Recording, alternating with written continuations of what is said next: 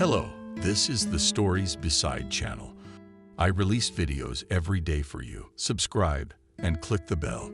Nina was spinning in front of the mirror and trying on the new skirt. She liked the knee length and the nice color, black with a sparkle. She already imagined what shoes she would wear it with.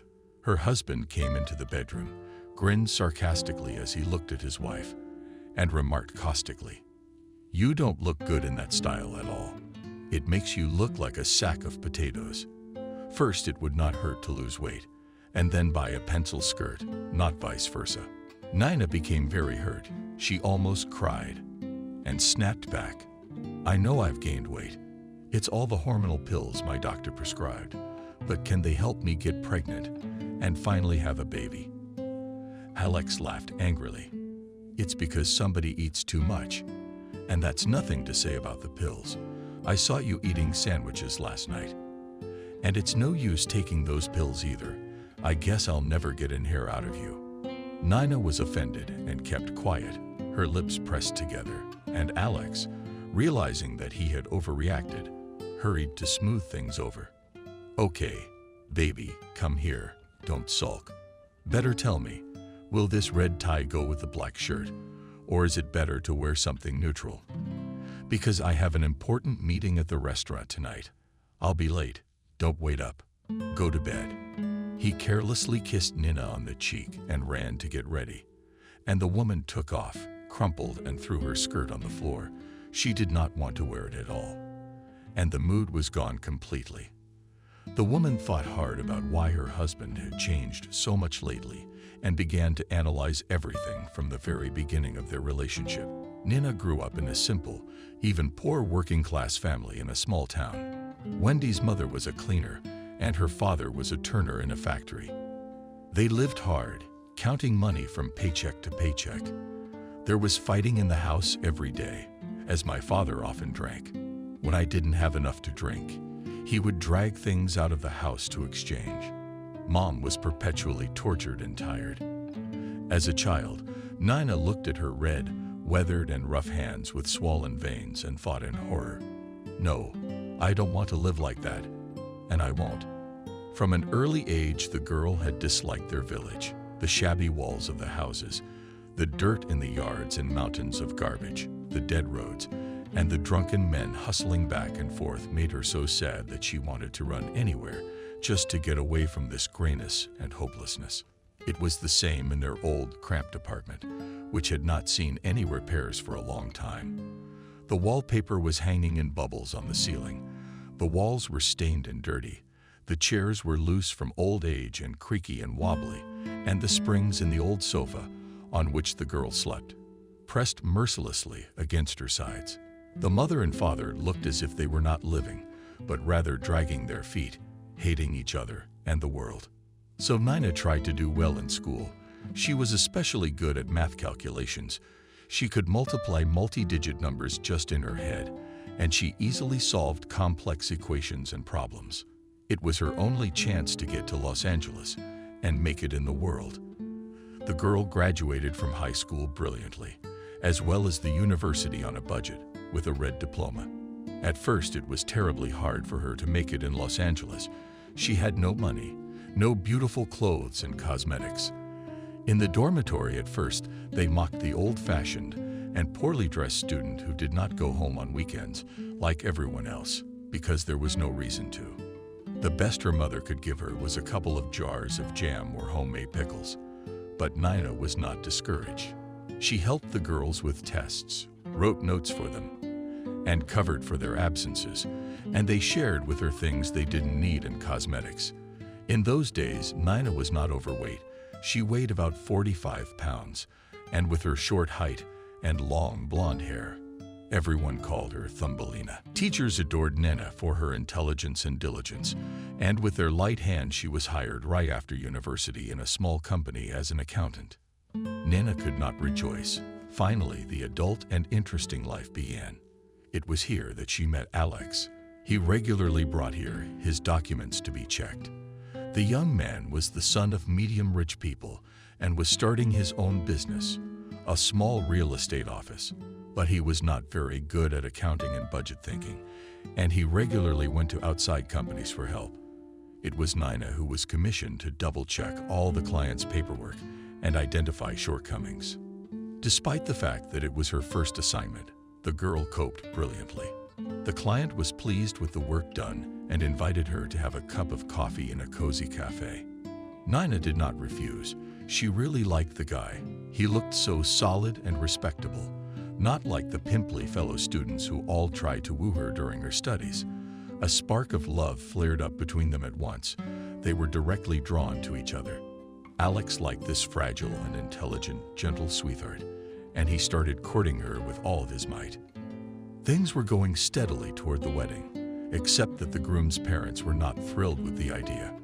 Nina especially hated her mother-in-law, Cindy. She had dreamed of marrying her son to a promising rich bride, to make a breakthrough in their small business, and thus reach the next level. And here's some commoner from a rundown town that wasn't even on the map. And they didn't even look right.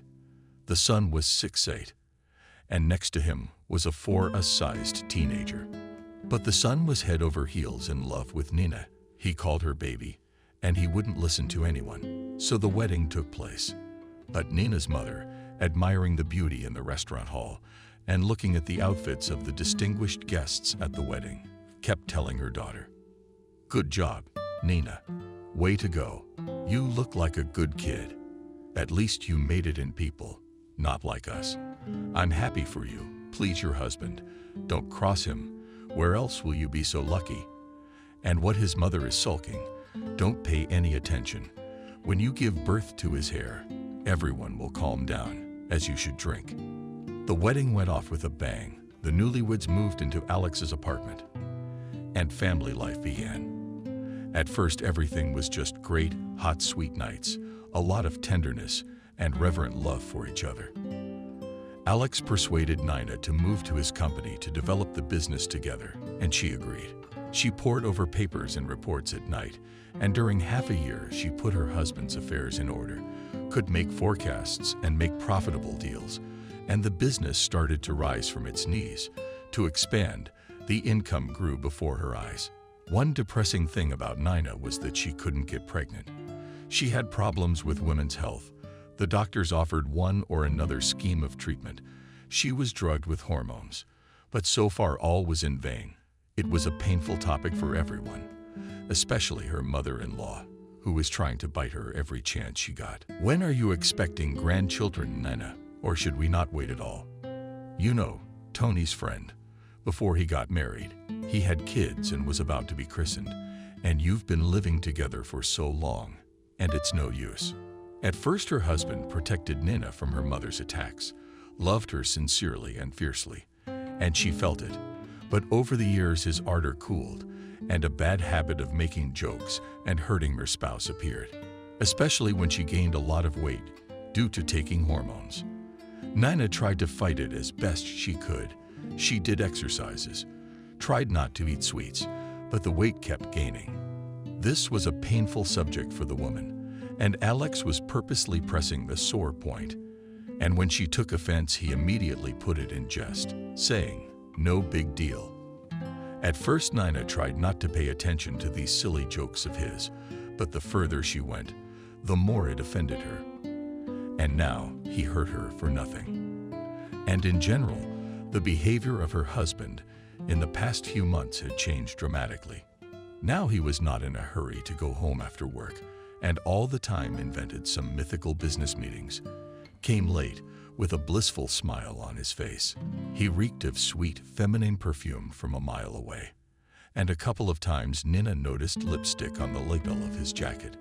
The woman tried to talk to Alex frankly, but he reduced everything to idiotic jokes again, and that was the end of the conversation. But Nina felt she had a rival. The very thought of it stabbed her in the heart. After all, the woman still loved Alex, tried to surround him with attention and care. It was on her fragile shoulders that their company was kept, and gained momentum. She didn't understand what he was missing, except a baby. Alex's 30th birthday was approaching. The celebration was to be held in a restaurant. There were going to be many guests, and Alex, not wanting to bother with the organization of the banquet, entrusted everything to his wife. He knew that for his sake, Nina would break her neck, but she would do everything in the best way. It took the woman 2 weeks to prepare the celebration. Buying fresh food, coordinating the menu, inviting guests, ordering live music. The woman did the impossible and managed to invite her favorite local band. They had to perform new hits. She was so worried that everything was enough for everyone. And the guests were happy, and she hoped that Alex will appreciate her care. From herself, she decided to give her husband a handmade knife. He collected interesting specimens for his collection. The weapon was custom-made by the best specialists of special steel, and the blade was also unconventional and original with engraving. Nina was pleased with the result. At last everyone was here. There was a cortege of expensive cars outside the restaurant, and the ladies were all dressed up in their most fashionable outfits and jewelry. Nina didn't like all that tinsel, so she asked the salon just to give her a fresh daytime makeup and a light hairdo. She also chose a delicate peach-colored dress with a thin belt. She put on elegant high-heeled shoes to match it. Nina looked wonderful, and even a little too fullness did not spoil her. Her husband, on the contrary, dressed bright and flashy. A bow tie and a tweed suit in plaid, not looking like a fashionable dandy. When Nina, as the wife, took the microphone and congratulated her husband from the bottom of her heart, handing him a gift, the husband only clapped languidly and replied in a jazzy voice, "Thank you, honey. So many years we've lived together, and you still don't have good taste. The knife is blatantly tasteless, just like your pig-colored dress." As usual, though, my mother-in-law couldn't miss that, and she said, "Son, stop hurting Nina. She tried so hard." Well, who's to blame for the fact that whatever you put on her figure, everything will not fit? And the knife's really nice. You can give it to the cook to peel potatoes. It'll come in handy around the house. Let's not focus our esteemed public's attention on your wife's ridiculous gift. The vulgar, thickly painted young girl sitting next to her mother-in-law laughed wildly, unable to restrain herself. Hurtful remarks and laughter were heard in the hall, too, and a disgraced Nina ran out into the lobby. She went to the bathroom, cried a long time, then washed and powdered her face, and went back to the table, though she was not in any mood or desire to go there. Inside, everything was bubbling with anger and resentment. Bastard. How could he? I tried so hard. I myself organized everything. I ordered this stupid knife, such a stupid exclusive. They do not exist anywhere else. And at least I would have heard a word of gratitude. But no, and even embarrassed in front of everyone. My husband didn't even think to apologize, and all evening he was chasing after the very girl who was sitting at my mother-in-law's table. No doubt, she was the spitting image of a top model.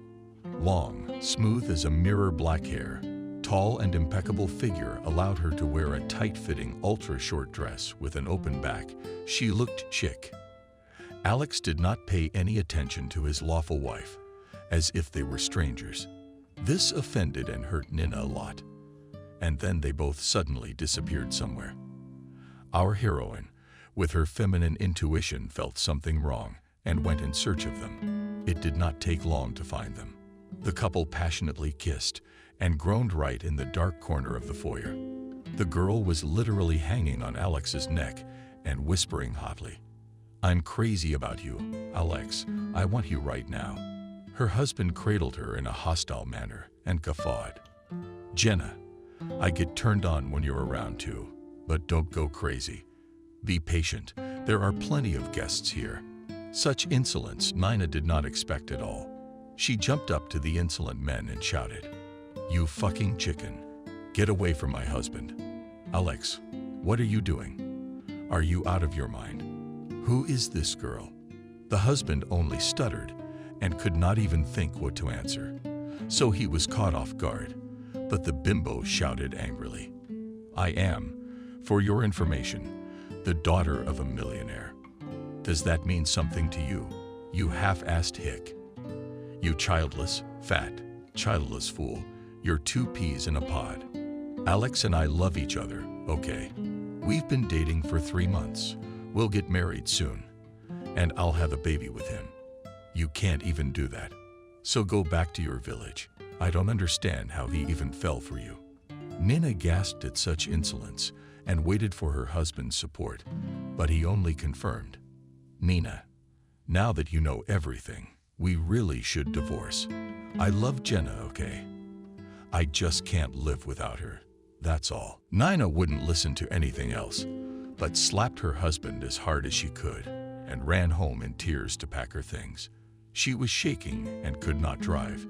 She was burning inside with resentment and jealousy, and she had no idea where to go, what to do. Only one thought was beating in her head. Not 1 minute, not 1 second. I will not live with that bastard anymore. To betray our love like that, to fall for that rich doll, for the sake of money and position. Well, let them both go to hell. And then another voice whispered to her, How? How will I be without Alex? After all, I love him more than life. It's probably because I am childless. So he decided to find someone else to bear him a child. I couldn't live without him. I lived only for him. Nina sobbed and wandered aimlessly through the city in the pouring rain, not noticing that soaked her feet and a thin dress to the thread, and roared loudly, out loud, to the whole street. Passers-by looked at her strangely and shunned her. Toward Nina came a neat old man with a grayish beard, like a small mushroom under a huge umbrella. Suddenly, the old man touched the woman by the sleeve and cried out in surprise, Nina, is that you? Oh my God, I hardly recognize you. How are you here? Alone, without an umbrella, completely naked. What bad weather. You could get sick. Nina looked closely and groaned. Her favorite university professor was standing in front of her. George, I'm sorry, I didn't recognize you, but I was walking around. The old man immediately noticed the hysterical state of his best former student and decided to help, tactfully and subtly. Nina, honey, how nice to see you. Respect the old man. Let's go to my place for half an hour, have some hot tea, get warm, and talk. I feel so lonely alone in my 3-room apartment. My children have grown up and split apart, and I haven't got any grandchildren yet. The woman gladly accepted his offer. She was really very cold, soaked to the skin, and did not know where to go. George's apartment was quiet and comfortable, smelling of some delicious herbs. The pensioner escorted Nina into the bathroom, offered her a large robe. Here, Nina, change your clothes, and you can put them in the machine. They're all wet anyway. I'll set the table in the meantime. Don't be shy. Make yourself at home. In half an hour, they were drinking fragrant tea with raspberry jam and locusts, and Nina, unnoticed, told everything to her favorite teacher. They had always had a good, almost friendly relationship. She couldn't stand it, remembering all the shame again. Nina cried, covering her face with her hands. I'm so hurt and ashamed, George. It's like I cheated on him, not he cheated on me. My soul was just wiped off my feet, used like a napkin, squeezed out, and then crumpled up and thrown away. Is it my fault I can't get pregnant? And I got fat from the damn pills. What am I supposed to do now? Go back to the village to my mother? There's no job there, no prospects. I can't stay at my husband's company either. It hurts to see him. How could he? So I'm at a complete standstill. George fussed, poured water, and held it out. Here, drink this, dearie. You'll feel better. Don't be so hot.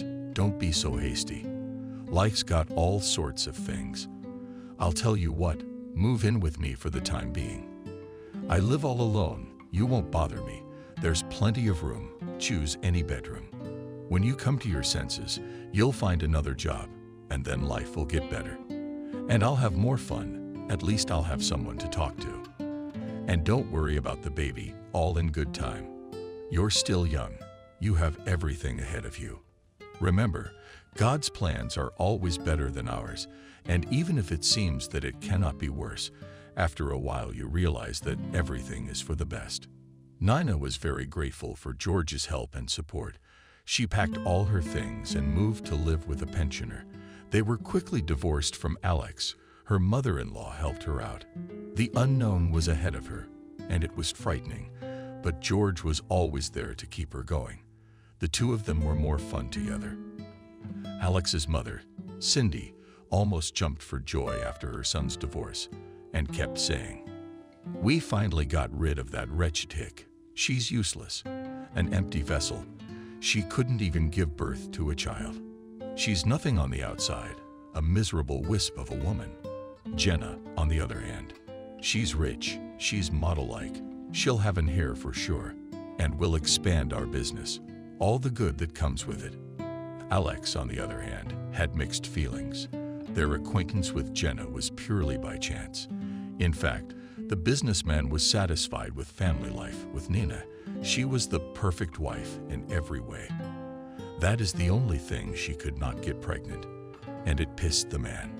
And it wasn't even that he really wanted to have a baby. It was just that all his friends already had children, and they didn't. And his mother was always bugging him about how it was like, how long you lived and you didn't have kids. Apparently your wife is incapable of giving birth. One day, he met Jenna at a dinner at a restaurant after negotiations. He noted to himself that she was a beauty. It was obvious that she devoted a lot of time to taking care of herself. Between the plump and simple-looking wife and this socialite outwardly, of course, the difference was enormous. But in fact, Alex was not going to cheat on Nina, let alone divorce her. But Jenna had very different plans. She grew up in a family of a millionaire, so any of her whims were fulfilled by her father at the snap of a finger. Alex just became her next whim, an obsession. She saw a man, she liked him, and she whispered to her friend as a joke, "What do you want to bet that handsome boy will be mine? And not just in bed." My friend just laughed. "It's unlikely. They say he's been married a long time. I've never heard of him cheating. He's got a great reputation, all the more so." But Jenna only laughed. "Wife's not a wall. She'll move. And I'm used to getting my own way. So what's the bet? Whoever wins pays for a trip to Sochi in May, okay?" Just like that for fun, Jenna laid her eyes on Alex and began to actively hit on him. A couple of glasses of wine, slow dancing, during which the beauty pressed close to him. The smell of insanely expensive alluring perfume did their job, and soon they were in the same bed. It was so pleasant and unusual for Alex, because Nina was the one he wanted, and here it was the other way around. Of course, he liked everything, but he certainly did not think that their relationship would develop further, and badly mistaken. Jenna insisted that he come over to their house for dinner and introduced him to her millionaire father. Alex had been reluctant to the last. It seemed kind of silly to him. After all, he was married. Their relationship was secret, so why meet his parents? Edward was an important bird. He could not refuse, otherwise there would be problems. The evening passed neutrally. The millionaire kept asking what Alex was doing. How long had he been married? Did he love Jenna? And Alex did not dare to say that their affair was accidental. He understood that would obviously not please Jenna's father, so he assured him that he loved her. But he knew that he was lying, and he couldn't have been more wrong. And he didn't quite know what was going to happen next. After meeting him, the millionaire said thoughtfully to his wife, "What can I say, Jenna? The candidate's all right, and my daughter seems to have a crush on him. He's a middle-aged businessman, married, no kids, but that's not a big deal. We'll work it out. He'll be divorced like a darling. I'll talk to his mother and explain the obvious prospects. I'm so sick of Jenna's tricks, her glamorous parties, from which her chauffeur brings her insane, and snotty majors who have no profession. Soon she'll be on drugs, for God's sake. And this guy seems serious. Maybe with him at least his daughter will settle down." This conversation was a turning point in Alex's fate, though he was not even aware of it. Nothing really depended on him from that point on. He was simply played like a pawn on a chessboard, and unnecessary obstacles in the form of his wife were simply removed. That was all. After the divorce, Alex's conscience often tormented him. He realized how nasty and ugly what he had done to Nina was, and she had never done anything wrong to him. She had only loved him faithfully and dusted him off.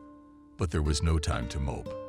The tumultuous affair with Jenna, the wildly passionate nights, and the imminent wedding swirled him in a whirl of events, and he tried to shove the torment of conscience deep down and not think about it. But after the wedding, everything went wrong in the man's life. Jenna got pregnant right away. Like, wow, what a joy. Finally, the long-awaited heir, except she wasn't happy about it herself. Crazy girl continued to walk at night, throwing tantrums and terribly mad that God forbid her perfect figure after childbirth.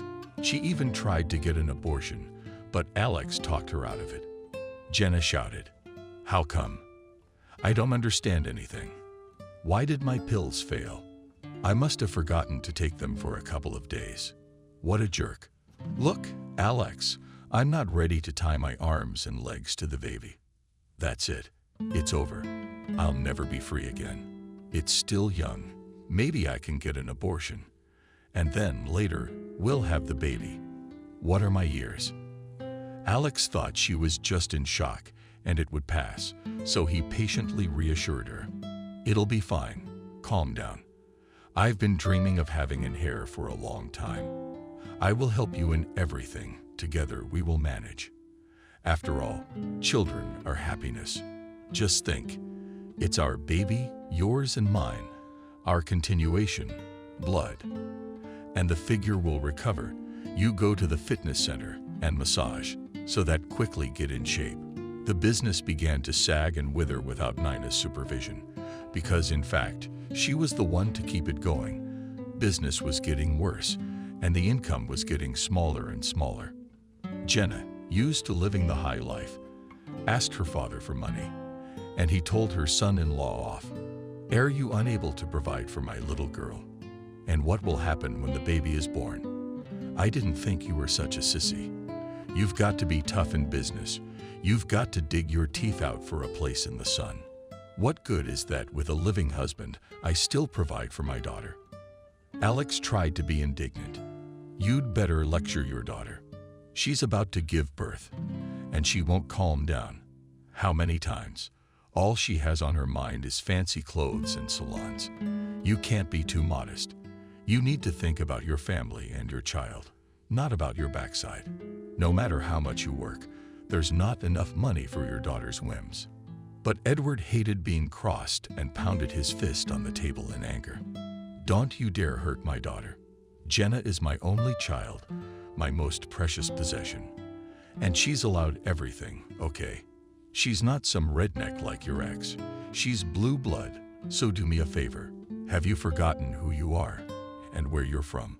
We welcomed you into our family, so be happy and don't open your mouth. Otherwise, I'll make trouble for you quickly." Alex felt like he was doused in garbage. He apologized and left, realizing that his word didn't mean anything, and it was hopeless to talk sense into Jenna. This crazy girl did whatever she wanted, and she did not care about anyone around her.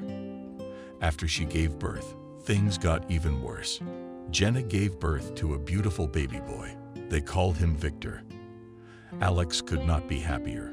He cradled the baby himself, played with him, and took him for walks. Jenna was just annoyed and was always looking for an excuse to sneak out of the house to her friends, and was not ashamed to post on social networking site naked pictures. She even refused to breastfeed her son, even though she had plenty of milk, and transferred the child to formula, all for the sake of her own beauty. She did not care about her son at all. He was just an annoying nuisance, and her husband was boring her to death. They fought almost constantly. Alex tried to appeal to her conscience. "When are you going to settle down? Where are you going in that see-through dress again? You're a mother, and you're acting like a street girl. Aren't you ashamed? Why did you even insist on getting married if you didn't want to have a family and children? Where did you come from on my head?" Jenna yelled back. "I won you, if you must know, on a dare. Just for fun, as a prize. I felt like having some fun. I'm used to getting what I want by any means necessary.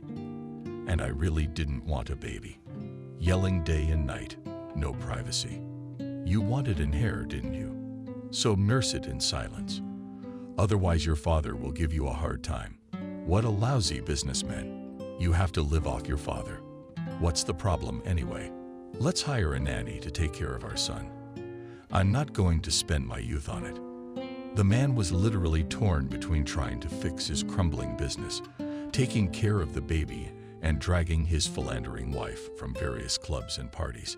It was a terrible, vicious circle from which there seemed to be no way out. After a year of this infernal hell, Alex couldn't stand it and said he was filing for divorce. They had been strangers to Jenna from the beginning. They were made of different dough, and if at first their relationship was based on a mad passion, it soon fizzled out. A huge scandal erupted. This was not at all in Jenna's plans. Officially, she was married, had a son, and what she really did was a mere matter of fact. Edward reacted instantly. He could not allow a divorce, because it was a disgrace to their family. Deep down in his heart, he knew that it was all the fault of his negligent and unhelpful daughter, but immense love for his daughter clouded his mind. He was used to simply eliminate all obstacles in her way instead of raising Jenna. So he dashingly set Alex up with the papers, took away the business, and put her in jail for a couple of years, just to be on the safe side. Jenna and William moved into her parents' house.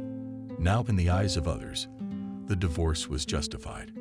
Alex was a bastard and a crook, and Jenna and the baby were the innocent victim.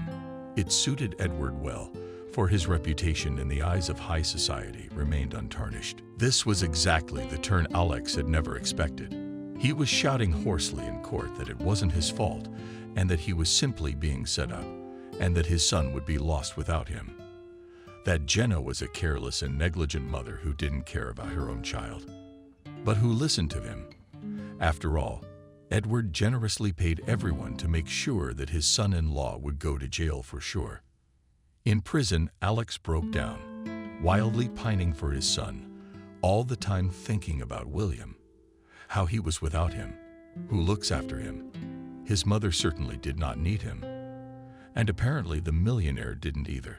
He fondly recalled how he kissed his sweet-smelling cheeks with milk, how his son mouthed his toothless mouth and smacked his funny lips and cried into his pillow from despair. Alex regretted the divorce from Nina a million times. He remembered her more and more often. He was tormented at night with remorse. He realized, here it was, payback for everything he had done. His health in the damp prisons began to suffer too. He had lung problems, a persistent cough and bronchitis. He hated the prison balance and those hardened fools who surrounded him. Why go on living? Why drag out such a miserable existence? He had even tried to hang himself with the sheets, but had not the guts to do so. So he was punished and thrown into a cold cell. All 3 years he had the same dream. He kneeled before Nina and begged forgiveness, and she frowned and shook her head. And a weeping William, reaching out to him.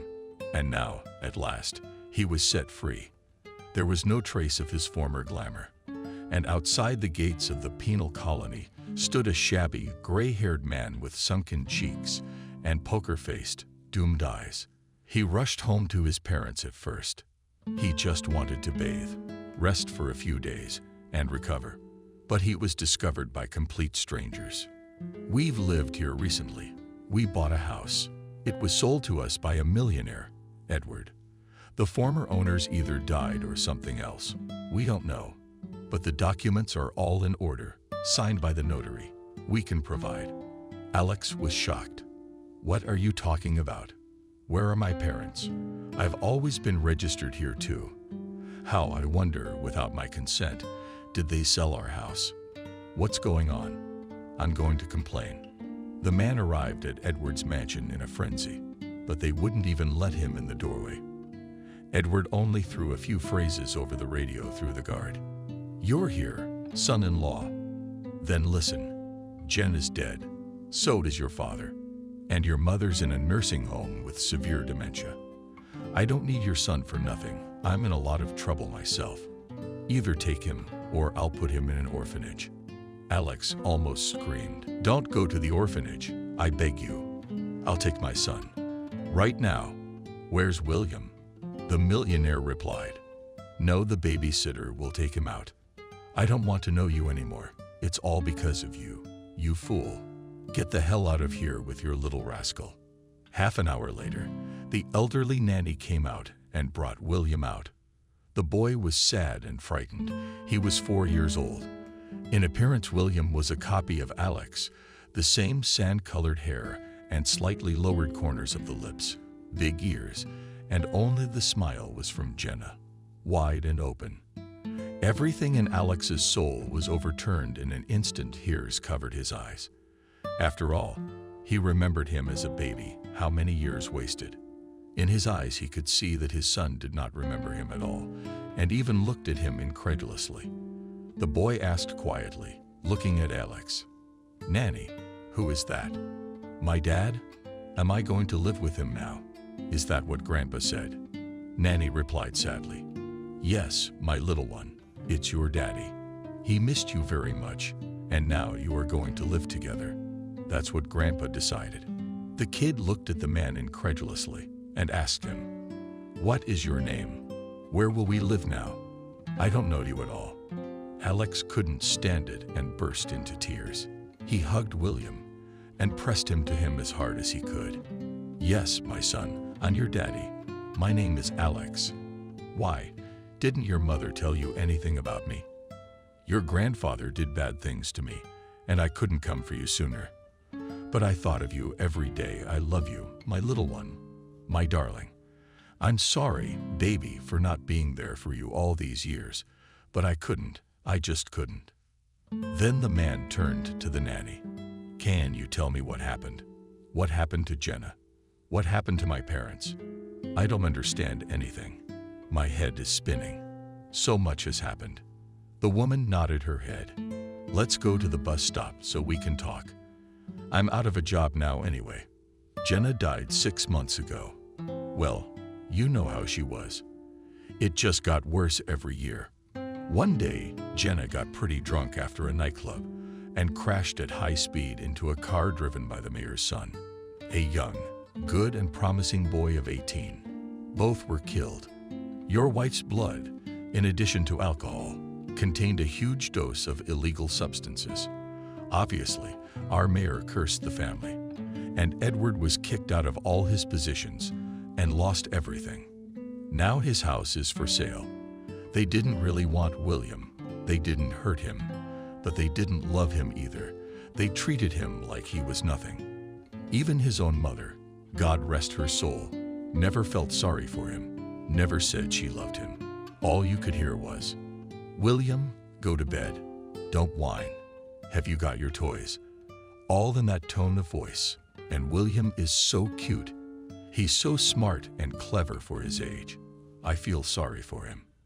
I don't know much about your family, except that your father had a heart attack after you were locked up and died suddenly.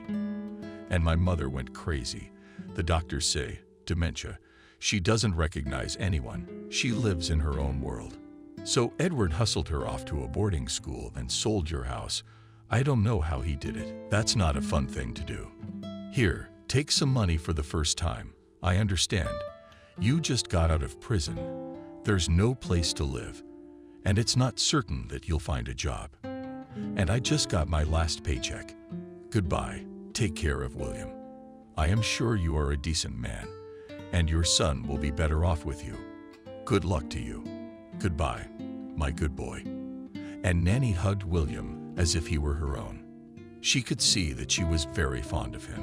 Alex heartily thanked this kind, sympathetic woman, bought a newspaper with advertisements, and started looking for a place to live. It turned out to be very difficult, especially without a job and with a criminal record. After a whole day of searching, his son and I were finally spared by his grandmother, who gave us a room. She herself lived in the room next door, and she even brought William a bowl of hot soup. The baby ate it greedily and collapsed to sleep on the chair bed. And Alex began frantically looking for work. He had to survive somehow, and with a baby in his arms. The situation with work was even worse. The certificate of criminal record crossed out all his past merits and education, and the man only managed to get a job as a loader. But he was happy about that. What followed were the harsh days of survival. Alex worked from morning till night, unloading wagons, and the pay was low. Food was bought on sale and on sale. There was enough to buy only the bare necessities. He couldn't even afford to buy his son some toys or some new clothes. But William was mature beyond his years. He saw how Daddy loved him, how hard he worked, how tired he was, and he tried not to be capricious and not to ask for anything. He agreed to sit with mean Baba Luba while Daddy was at work. Still, it was better than with his grandfather, who frankly hated him. One weekend, Alex and William decided to go for a walk, which was very rare. The man wanted to spoil his son, so they went to a bakery. The smell of vanilla and fresh pastries was overpowering, and it was impossible to resist. Alex counted the change, but not enough for a cake, at least to scrape together a cinnamon bun, or the kid would be completely upset. A respectable young woman entered the room. Apparently, she was the owner of the place.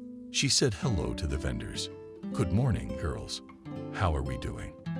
Any questions or complaints? Are the customers happy? So why is there no price tag on the cheese croissant display?" She watched the thin, haggard, gray-haired man who was counting the change to scrape together a bun for his son, and she felt so sorry for the little guy. He looked so sad with hungry eyes at the showcase with appetizing sweets, but did not ask for anything, patiently waiting. Somehow, the silhouette of a man seemed painfully familiar to her, but because of the cap over her eyes, she could not see his face. The hostess brewed her own fragrant coffee, made a cup of tea, and put 2 cakes and a couple of fresh buns on a tray, and gestured to the boy and his father. "Here you go. It's on the house. Help yourself. Enjoy your meal." The boy happily took the tray, sat down at the table, and began to eat his treats, while the man suddenly looked up and almost shrieked. "Nina, is that you?" "Jesus, Nina." The woman was stunned. Only now it dawned on her that Alex was in front of her. God, how he had changed, age. She would never know. What had happened to him? Why did he look so bad and wander around with his son? They sat down at the table. Alex did not conceal anything, told everything as it was.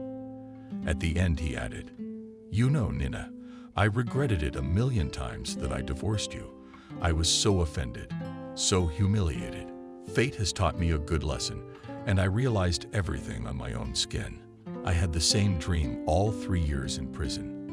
I'm on my knees in front of you, begging for forgiveness, and all you do is frown. Who'd have thought the dream would have been sobering?" And Alex suddenly fell to his knees, and faithfully looking into the woman's eyes began to whisper, "I'm not ashamed to be at your feet, not one bit. I'm a scoundrel. I'm a scoundrel. Forgive me for everything, if you can. I'm very sorry for you, and I still love you." Tears streamed down Nina's cheeks. The stunned salesgirls did not understand anything. They had never seen their mistress like that. For so many years, the woman had been waiting for just these words, because she had never been able to love anyone else and let them into her soul. Through her tears, she said, "If you knew how painful, bitter, and hurt it was for you to throw me out of your life like that. It was my university teacher who helped me, gave me shelter, warmth, advice, and encouragement. He was the one who persuaded me first to change jobs, and then I saved up and opened a bakery, and then I took out a mortgage on my apartment. George became my second father. We're still warm friends now. He was the one who made me learn to love myself. And I did.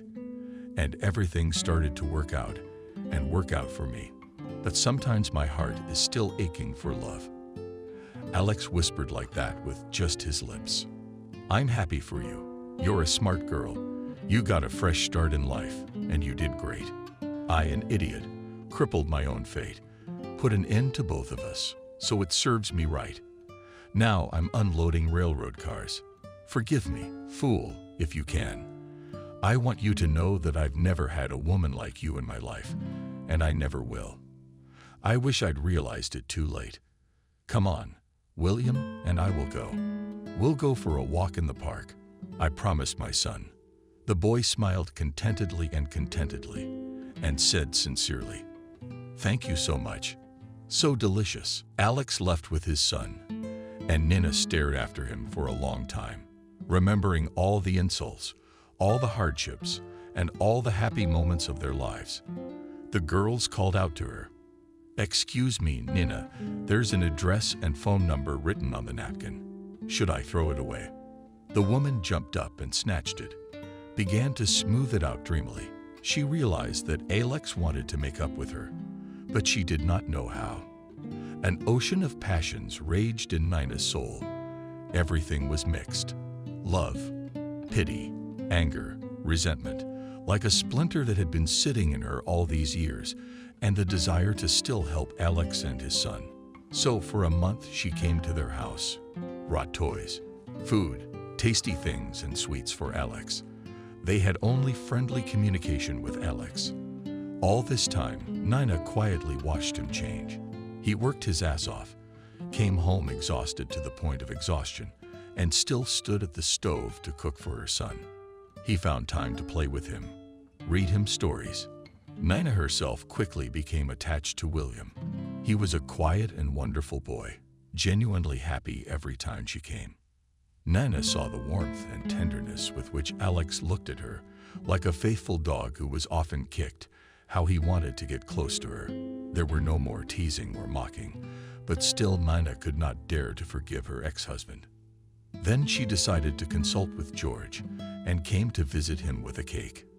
The old man was sincerely pleased with his favorite student, and they sat down to tea. During the time Nina had been living with the teacher, he had learned her character very well, and now he could see that something was eating at Nina, and she had not come for nothing. "Well, little dove, tell me what you've come for. What's the matter? I can see everything." Nina smiled. "There's no hiding it from you, George. I happened to run into my ex-husband in my bakery. He was with his little son. Turns out his second wife died, and her millionaire father set Alex up, and he did 3 years in jail, and then kicked him and his son out into the middle of nowhere. You know, I feel so sorry for them. Alex has already asked me to forgive him 100 times. He dreams that we will reconcile and live as before. I see how much he has changed, how hard he works, how much he loves his son, how tenderly he looks at me. And I don't know what to do. On the one hand, I still love him. But on the other hand, that resentment is a thorn in my side, and I am afraid that it will happen again. It's not for nothing they say that you can't go in the same water twice." George was silent for a long time, and then he answered, "There's an opinion. If you want to test how important a person is to you, imagine he's gone. Yes, he's gone, and there never will be. If you can continue to live happily ever after, you shouldn't even try to get together. Your feelings have cooled down. And if you realize that all is ready to give up, just so he would be there, then believe me, and enter 2 or 3 times in the same water. In life, things happen. So think for yourself. I am not an advisor in love affairs. Listen to your heart, it will not lie." Nina listened to herself. It seemed that her life had gotten better. She had a favorite job. She had bought a dream apartment. She had decorated it tastefully. But no matter how it went, the most important thing in her life, her family, was missing. This month, talking with William and Alex, she desperately wanted to feel like a wife again, to be a beloved woman, to be a mommy to that poor boy. And she made up her mind. She called Alex and said firmly, gathering her courage, "I forgive you, and I'm waiting for you and your son at my place. Come, not for a visit, but for good. I hope you won't make the same mistakes again, and I won't regret what I'm doing." The man on the other end of the line was crying with happiness, tears rolling down his unshaven cheeks in a hail of tears. He only whispered, "Thank you, Nina. I swear you won't regret it. I will love you like I've never loved you before." That evening, she and her son moved out of the cramped and stuffy room and into Nina's apartment with their small belongings. William now had his own separate room and even a crib in the shape of a big car, a study table, and lots of toys. And most importantly, he was sincerely loved by both his father and mother Nina. He started calling Nina Mom almost immediately because she completely replaced her for him. She treated and cared for him when he was sick, took care of him, played with him, held him tenderly, and always whispered to him when he was bad. "Don't worry, William, everything will work out. I believe in you, and I will always be there for you." William, like a sponge, greedily absorbed this love and reached out to Nina, for he had received nothing of the kind from his late mother. But the relationship with Alex didn't work out right away. At first, Nina helped him with his job and got him a job at her bakery. He was now in charge of buying and delivering groceries and making sure they were good to go and used properly. Alex, after his hard and grueling job as a loader, took on the job with enthusiasm and zeal, trying to keep Nina happy with him. He could not rejoice that now he could dress normally again, go home to his family, where his beloved Nina was waiting for him, and his well-groomed, satisfied son. The man took great pleasure in helping Nina clean up. They went for walks and grocery shopping together, and he kept praising her delicious cabbage soup and flavorful cutlets. Except that he and Nina slept in different places. Well, the woman could not forgive him the intimacy with Jenna. "I don't care." As soon as Alex tried to kiss her or passionately whispered words of love in her ear, Nina immediately imagined how he was tumbling in bed with this Jenna, and all desire immediately disappeared. Everything was decided by chance. One day William brought chicken pox from kindergarten. My son got it in a mild form and went back to kindergarten as if nothing had happened. And after him, Alex was infected, but the disease was very hard. The man was burning. His temperature was about 40. Nana undressed him completely and dabbed every blister with green, gave painkillers, and was very worried. That's when, caring for the helpless and sick Alex, looking at his suffering, something clicked in her brain.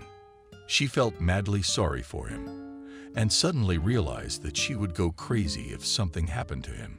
Still, her love had not faded at all, but had only flared up more strongly. So as soon as Alex recovered, Nina came to him herself at night with her pillow and quietly snuggled up to the man. A wave of forgotten sensations of bliss overwhelmed her when you cuddle your beloved man like this before going to sleep.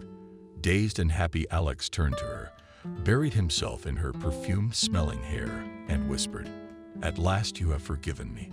Come to me, my only one, my best and dearest girl. I missed you so much." They had probably never had such a passionate night, not even at the beginning of their relationship. Alex did not open his arms for a second and gave his beloved a sea of pleasure. Already in the morning, dozing on Alex's shoulder and listening to his steady breathing and beating his heart, Nina realized that there is nothing more important for a woman than to love and be loved.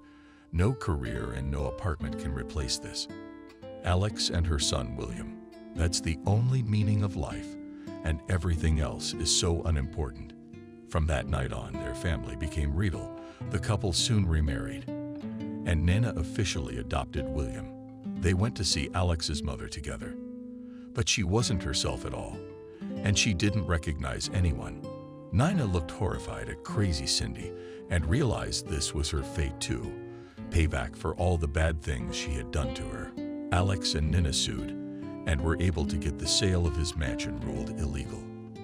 Now Edward was already facing jail time for fraud, and the house was returned to its rightful heir. But Alex didn't need it. He didn't have the best memories of life with his oppressive and cruel mother. So he sold it again, and with the proceeds decided to give his beloved people a surprise.